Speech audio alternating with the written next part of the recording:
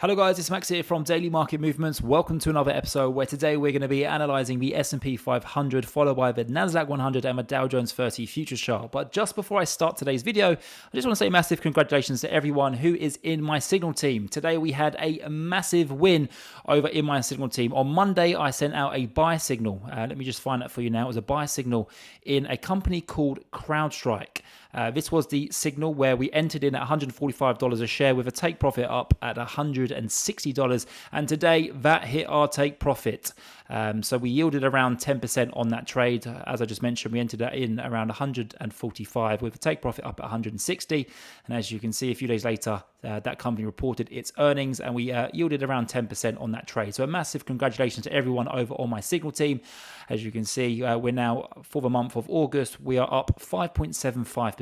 So well done. And don't forget, guys, you can join my Signal team by scanning this QR code on your screen. It's completely free of charge to join, and it takes 10 seconds to get involved. But let's go and check out the markets. In front of us, we have the S&P 500. We're trading in the green yet again. Today, we had the PC figure that come in as expected. 4.2% was the estimate, and that's exactly where it come in. But again, we haven't really made any real technical achievements here. We're still trading or back testing this uptrend that we found ourselves trading in since the bottom of those lows that we formed back in March. And, of course, the previous area of support, which was this uptrend, is now acting as an area of resistance. And it's not until we can get back above that that I would start to become interested in, taking advantage of this new, phase of momentum towards the upside. So not interested in buying the S&P 500 here. We are about to enter into the month of September. At the start of the month, this is an average of all of the S&P 500 trading days during a pre-election year since 1935. So this is September, and as you can see, the first day or two you do tend to be met with some selling pressure. So I kind of want to just step on the sidelines for now, especially as we are expecting to hear the non-farm payroll figures tomorrow.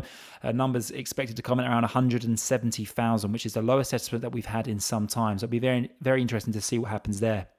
And then moving over to the Nasdaq100, again, we're just back testing this uptrend that we found ourselves trading in for the last couple of months. And until we break above that, I'm not really interested in, buying the Nasdaq100 here. I do think that going into September, the markets have got a real good opportunity of ending the month in positive territory, despite September being one of the worst months of the, I think it is actually ranked as the worst month of the year. But of course, we have been met with some selling pressures. And of course, we have also the Fed that has kind of hinted that a pivot is kind of here. Of course, Jerome Powell last week did come across quite hawkish and said that further rates will, definitely happen if the economy, if the data shows that, the economy is still super strong and there's just no signs of inflation coming down. But I think, the data that we got today from the PCE, which come in line, was very encouraging because it still shows that, inflation's falling still in a downtrend. And if we were able to back that up with a lower number than expected tomorrow for the non-farm payrolls data, that would be very positive for the markets. And, we would likely see higher prices here over the next month or so.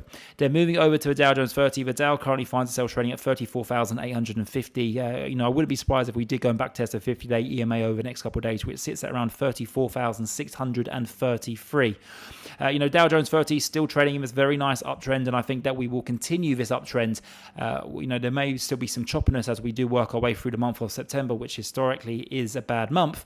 But I think ultimately we are destined to go and reach new yearly highs here for the Dow Jones30, and by Christmas we could be testing the previous all-time highs here for the Dow Jones30.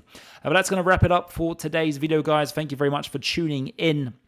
Just to kind of conclude the video, I'm just kind of sitting on the sidelines as we get that jobs number tomorrow, as this is looking a little bit frothy in the short run. If we just go on to even like a 2-hour chart, for example, as you can see, the RSI is just trading around that overbought territory. So I think patience, it pays to be patient over the next couple of days. And as we enter the month of September, of course, next Monday the markets are closed as it's Labor Day, but going into Tuesday next week, that's when I will be looking to to potentially put some money to work.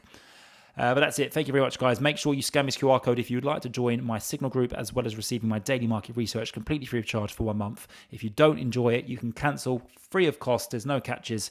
I look forward to welcoming you all over on Telegram.